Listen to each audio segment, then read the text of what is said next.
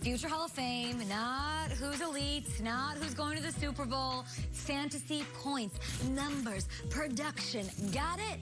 Good. Let's start with number 12. Okay. Matthew Stafford.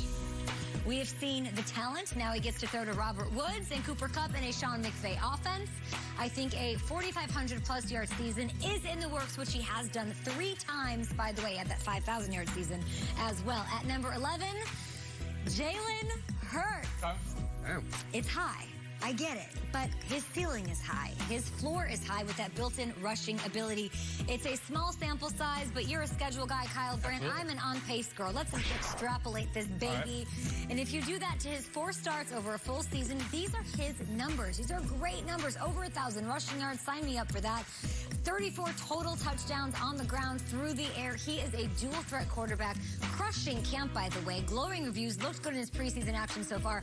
And he gets to throw now to his former Heisman-winning wideout. I am here for a high floor and a high ceiling. At number 10, from a guy who can run to a guy who resembles a baby giraffe carrying a microwave. Brady. He tries to run. Tom Brady. I cannot not. Give me one reason that he won't be at least top 10. He might even be better this year. I'm sort of banking on that.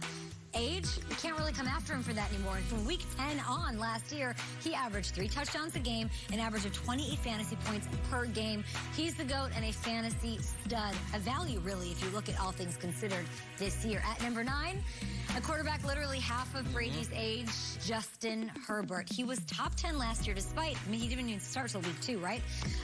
Upgrades on the offensive line. They bring in Lindsley. They draft well with Rashawn Slater. 31 touchdowns should not be a problem. I'm not going to say he'll have many more than that, but he should be able to do that in a sophomore campaign.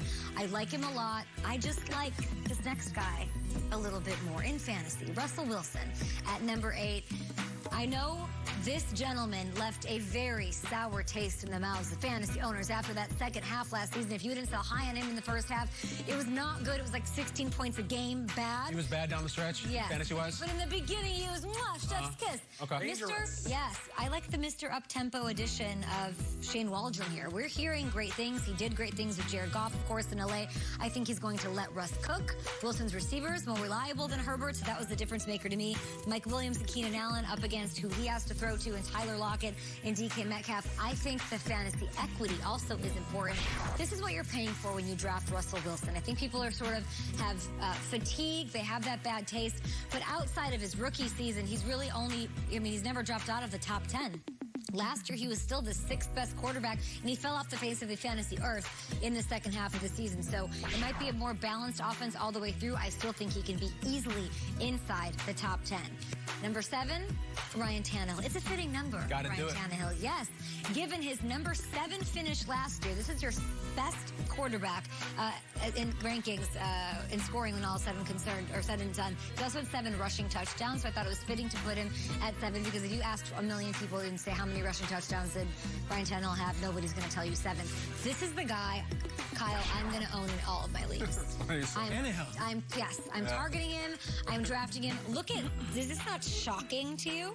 He's one of the best. Since 2019, he took over as a starter week 7. He's been top 5. He's 3rd in passing touchdowns, 5th in rushing touchdowns. He's a top 5 fantasy quarterback. And now he adds a 7-time Pro Bowler named Julio Jones to the mix. So nicely done. This is my guy. This is the guy I'm targeting the most. These other guys, you can take them.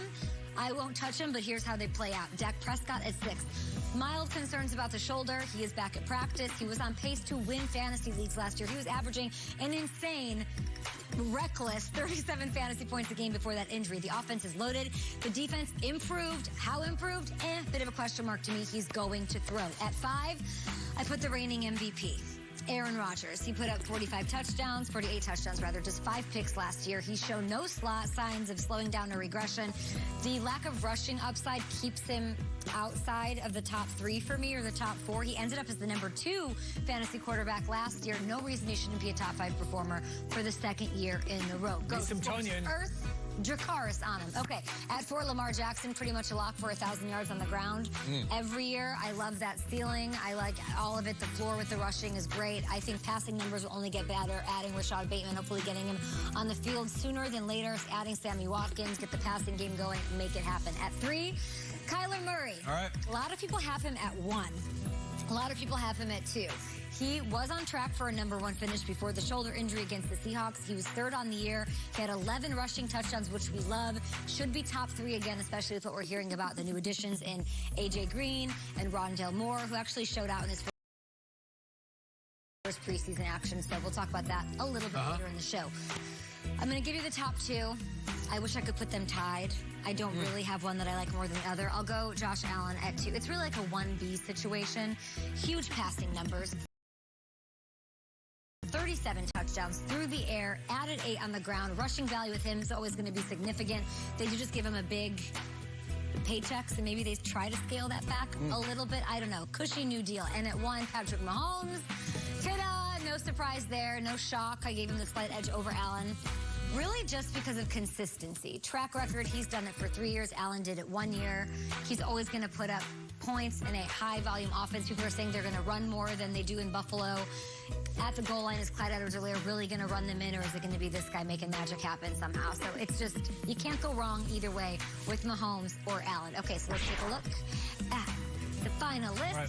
Here it is. Guys, 1 to 12. What do you got? Oldies and new guys and a lot of rushing touchdowns. I'm Russell Wilson at 8. Now, okay, I know we both appreciate Russell Wilson. If I'm on the clock and I'm looking at Tannehill or Russell Wilson, maybe it's just the ingrained years of watching football and playing fantasy football. I can't imagine taking Tannehill over Wilson, but you make a really strong case when you show those numbers since 2019. Yeah, the splits were sort of scary. We're hearing such good things about Chris Carson. They might run more. I just think value-wise, these are my rankings. I know for a fact that this guy's going to fly off the board sooner in all drafts, and you're going to get him rounds after in any league, and he's got just as good of numbers and consistency, and now he's got Julio Jones. I think the name that should be higher up the list, I'm surprised, is number 12. Matthew Stafford with Cam Akers, Hurt, and McVay. I thought Stafford would be like a top 8 guy. 12. Yeah, I think the lack of the rushing sort of put him there. I was thinking between him and Joe Burrow, because also Joe Burrow before that.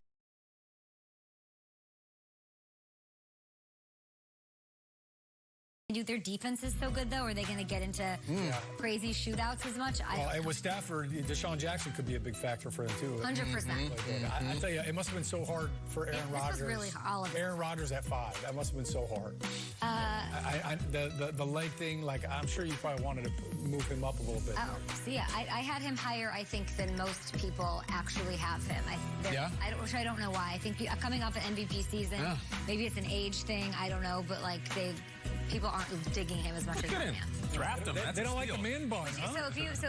But I will be honest, I would not be surprised if Jalen Hurts outscores Aaron Rodgers in fantasy. That's a name that jumps. Would that surprise? That one really blew my hair back because I love that. That's bold. Let's go. If he stays the quarterback there. No doubt. Okay. Looking for more position rankings ahead of your fantasy draft. I have it covered all week, so be sure to tune in tomorrow.